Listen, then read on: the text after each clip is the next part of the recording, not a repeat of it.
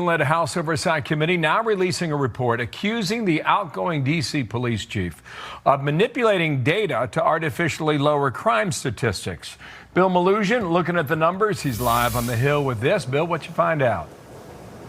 Bill, good morning to you. Those House Oversight Committee Republicans say the bottom line of what their investigation found is that the outgoing D.C. police chief was essentially cooking the books on crime data and trying to make the city seem a whole lot safer than it really was. Now, those House Republicans say what their investigation consisted of was interviewing all 7 commanders of D.C. Metro Police's patrol districts, including a former commander who is currently suspended for allegedly tampering with crime stats in his own district. And these are some of the conclusions they've made in their report. They allege that D.C. Metro Police Chief Pamela Smith pressured commanders to report lower crime stats by any means necessary. The commanders testified that Chief Smith even pushed them to pursue lesser charges that aren't publicly reported, even for serious crimes, and she required certain crimes to be reviewed by her office. Now, the report also says police commanders testified that Chief Smith punished them and retaliated against them if they tried to report accurate rising crime data, even berating them in meetings and individually to pressure them into reporting those lower crime figures. Now, in a statement on the report, House Oversight Committee Chairman James Comer says in part, quote, Chief Pamela Smith coerced staff to report artificially low crime data and cultivated a culture of fear to achieve her agenda. They told us this wasn't happening. We've discussed this back in, I believe, August. They told us that this wasn't happening.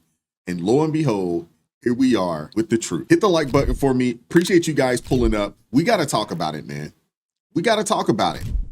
You have a newly obtained DOJ draft, and it was secured by the Washington Post. And it reveals that federal investigators have officially linked a culture of coercive fear inside the Metropolitan Police Department to widespread misclassification of crime reports.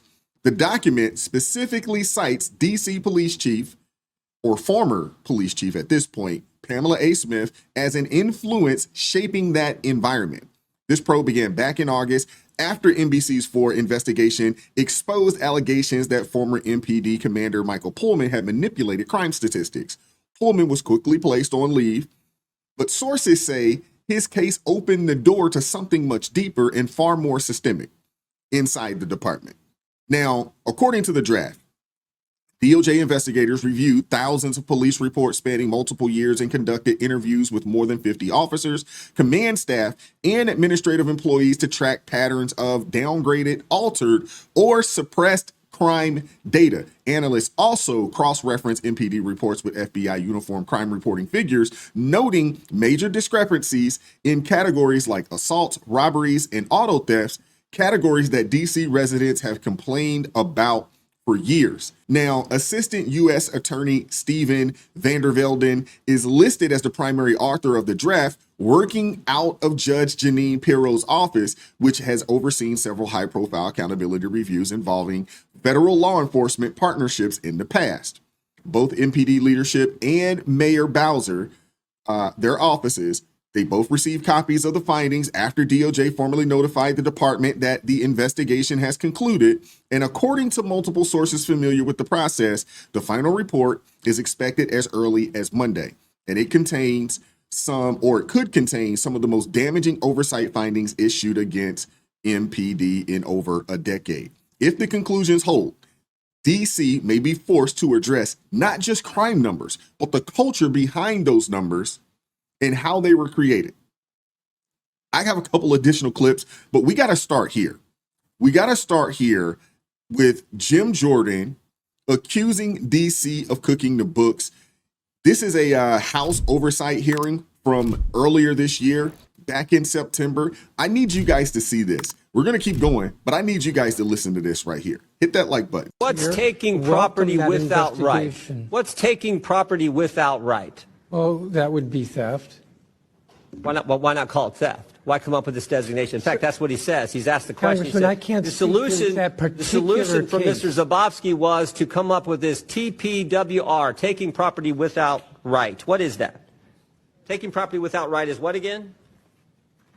If you're speaking to the particular charges, I can't speak to that. And as I've said several times here, I can't speak to that particular case. I think the issue is whether there is I'm asking a simple question. You have a classification for crime called taking property without right. What does that mean? What does that mean? It means just what it said, if that's what the crime is. Well, why not call it? I mean, what would a normal person call taking property without right? Are we talking about what the criminal code and the specific No, I'm just talking about that statement that you have that's grown 500% in the last several years, that specific category of crime. I'm just wondering what does that exactly mean? So if we look at collateral data such as ShotSpotter, we know that gunshots are down 29% from 23 Taking to property 24. without right was the question. What does that mean?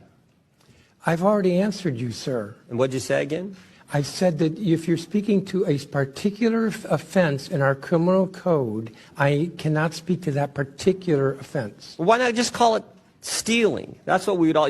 Someone comes and takes something that belongs to me, or someone comes and takes something that belongs to you. We call it stealing. Why create this new category that grows 500% that I think allows you to cook the books as the head of the FOP in your city said so? As you know, as the chair of the Judiciary Committee, there are for many offenses a range of possible charges from misdemeanor to felony and different shades of felony. I am not familiar with that particular offense. How many of you guys have watched The Wire? Do you guys recall The Wire from back in the day? This was a thing in Baltimore City back in the 90s, to where every police chief, every mayor, they wanted to be able to tout how tough on crime they are without actually doing the work, and they would find ways to cook the books. Do you guys remember Amsterdam? Do you guys remember that? They would find ways to basically lower the amount of felonies, lower the amount of homicides, although it's not actually happening. It's just reclassified, call it something else, or ignore it in general.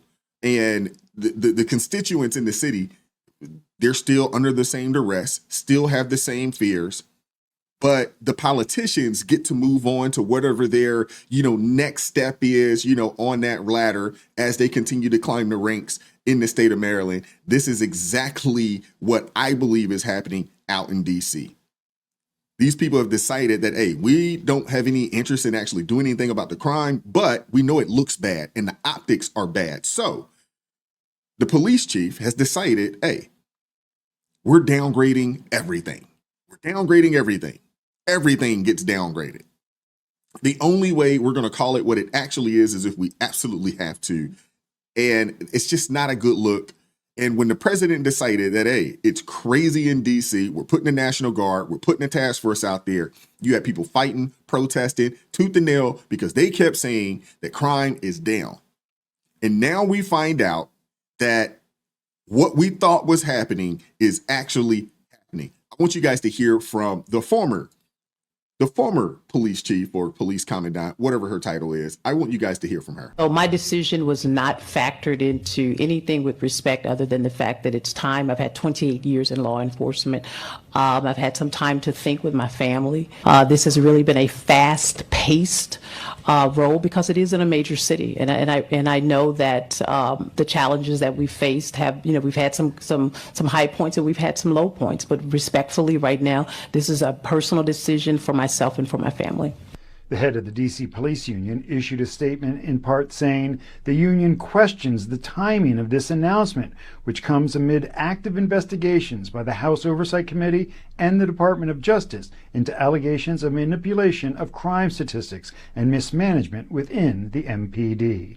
And so to answer your last question first, I have no comment with respect to the union's letter. I haven't read it. I asked Mayor Bowser about the challenge she now faces trying to find a new chief in the midst of a federal surge, knowing because there will be a new mayor in 13 months, the job will likely be temporary. I don't call it a challenge, Mark, because of the very deep bench we have and because of the great reputation of our department. So I wouldn't call it a challenge. We will have the right person in leadership. And I just want to give it a little bit more time. I will say this. I've been around long enough to know and to have lived through transitions and transitions for outgoing mayors, one of whom I was replacing.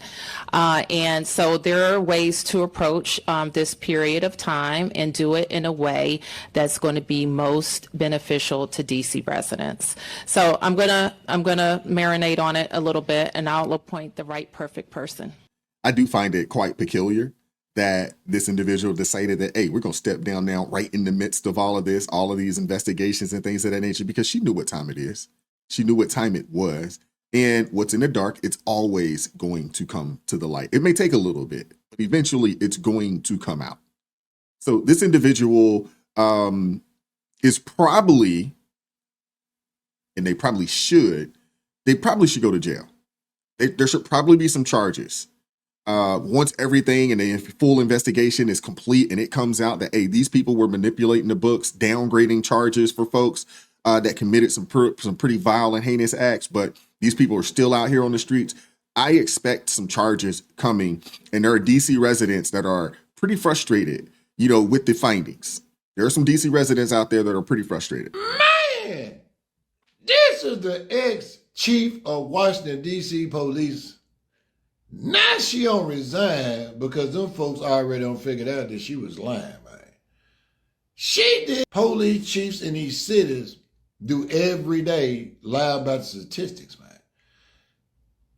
An undercover investigation involved that this police chief was making her police officers, patrol officers, fabricate the numbers instead of telling the truth about murders and robberies in their system. They were saying that other things occurred. I heard these in every state talking about crime is down, but crime ain't down at the ground and die every second of every day in every state from gun violence.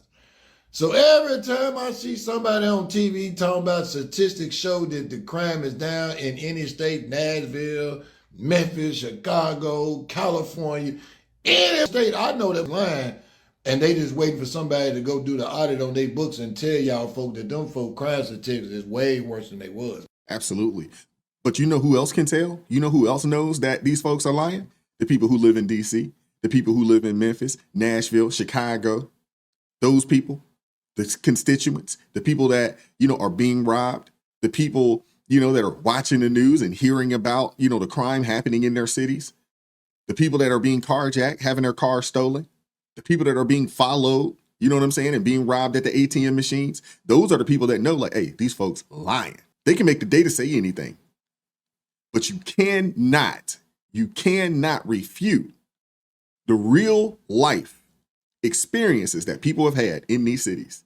And you talk to anybody that live in DC, that has lived in DC for the better part of 4 or 5 years or more, they will tell you, man, it's crazy down here, bro. Certain places you don't go, and certain times of night, you need to have your butt in the house, or you just don't go down there. I don't live too far away from DC. I don't go down there that much. You know what I'm saying? For good reason. One, the traffic's crazy. The traffic's insane. Parking's insane. And the crime is bananas. I want to hear from you guys. What are your thoughts on this? Hit the like button, share the video, subscribe to the channel, turn the notifications on also you never miss an upload. Keep God first, stay prayed up. We'll catch up with you all next time. Peace.